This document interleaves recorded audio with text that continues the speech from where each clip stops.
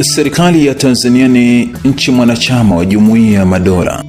Jumuiya ya Madola inajumuisha nchi ambazo zilikuwa chini ya utawala wa serikali ya kikoloni ya Uingereza. Sasa umoja wa Jumuiya ya Madola uliketi na kuweza kujadili kwa kina hali ya kisiasa na yale ambayo yanaendelea kujili katika siku za hivi karibuni kufuatia uchaguzi uliotamatishwa takriban mwezi mmoja uliopita. Uchaguzi huo ambao uligubikwa na simanzi kubwa, vurugu, maandamano pamoja na vifo vilitajwa kuwa na wasiwasi mkubwa kwa jumuiya za kimataifa, huku jumuiya hizo zikiainisha baadhi ya changamoto ambazo zilionekana wazi kwamba ni ukandamizaji wa haki za binadamu na demokrasia katika taifa la Tanzania. Taifa la Tanzania ambalo limefahamika kwa miaka mingi kwamba ni taifa la amani, sasa linakumbwa na mgogoro mkubwa wa kisiasa kufuatia uchaguzi mkuu uliotamatishwa majuma kadhaa yaliyopita. Tumesikia jumuiya mbalimbali za kimataifa, Umoja wa Ulaya, Bunge la Ulaya, Umoja wa Mataifa. Tumesikia pia ripoti za taasisi zisizo za kiserikali na jumuiya za kimataifa, Amnesty International, Human Rights Watch, wakielezea kwa kina juu ya yale ambayo iliweza kutokea katika taifa la Tanzania katika siku za hivi karibuni. Lakini pia bila kusahau kwamba haya yote yanatokea kufuatia msukumo mkubwa wa mabadiliko ya kisiasa na mageuzi ya kidemokrasia. Jumuiya ya Madola imesemaje kuhusiana na kile ambacho kimetokea katika taifa la Tanzania kwa siku za hivi karibuni? Taarifa ya mkutano wa 71 wa kikundi cha hatua za kimawaziri cha Jumuiya ya Madola Disemba 5, 2025. Kikundi cha hatua za kimawaziri cha Jumuiya ya Madola CMAG kilifanya mkutano wake wa 71 tarehe 5 Disemba 2025. Mkutano wa kawaida ulifanyika kwa njia ya mtandao na uliongozwa na Mheshimiwa Daktari Ian Bogue, naibu waziri mkuu na waziri wa mambo ya nje na biashara nchini Malta, mawaziri na wawakilishi kutoka Antigua na Bermuda, Botswana, Canada, Grenada, Mauritius, Samoa na Zambia walishiriki katika mkutano huo.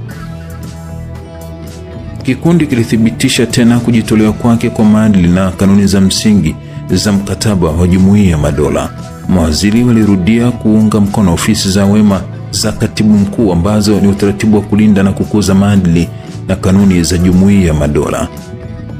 Mawaziri wanaonyesha wasiwasi mkubwa kuhusu ongezeko la vitisho vya kidemokrasia, ukosefu wa sheria, ukiukwaji wa haki za binadamu na utandawazi wa kidemokrasia katika nchi wanachama wa Jumuiya ya Madola. Walisisitiza kuwa utawala wa sheria, utengano wa mamlaka, taasisi huru za kidemokrasia na heshima kwa haki za binadamu ni muhimu hasa kwa maendeleo endelevu na ya kujumuisha usalama na ustawi wa mataifa. Kikundi kilipokea ripoti kutoka kwa Mheshimiwa Waziri wa Mambo ya Nje wa Serikali ya Jamhuri ya Muungano wa Tanzania, Balozi Mahamudu Thabiti Kombo, kuhusu Tanzania. Mawaziri walionyesha wasiwasi kwa pamoja kuhusu ripoti za ukiukwaji wa haki za binadamu na uhuru wa kujieleza, demokrasia, utawala wa sheria na utawala bora. Walionyesha wasiwasi mkubwa visa vya kutoweka kwa lazima, kuzuiliwa bila sababu na visa vya mateso vilivyoripotiwa baada ya uchaguzi. Mawaziri walimpongeza katibu mkuu kwa tathmini yake haraka ya hali na uamuzi wake wa kumteua balozi wa huduma bora Dr. Lazaro Chakwera, rais wa sasa Jamhuri ya Malawi, kama mjumbe kwa Tanzania.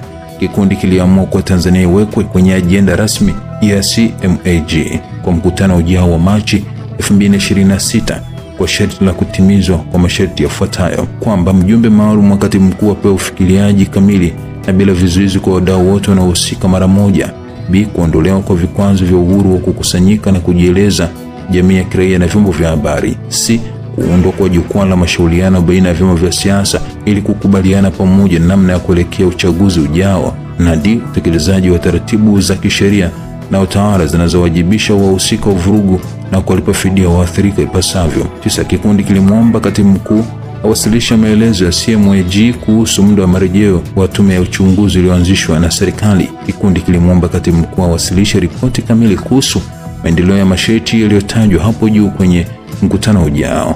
Mawaziri walimshauri katibu mkuu aendelee kushirikiana kwa karibu na serikali ya Tanzania ili kuimarisha utawala wa sheria, utengano wa mamlaka, ubunifu wa kikatiba na utawala bora kulingana na mkataba wa Jumuiya ya Madola.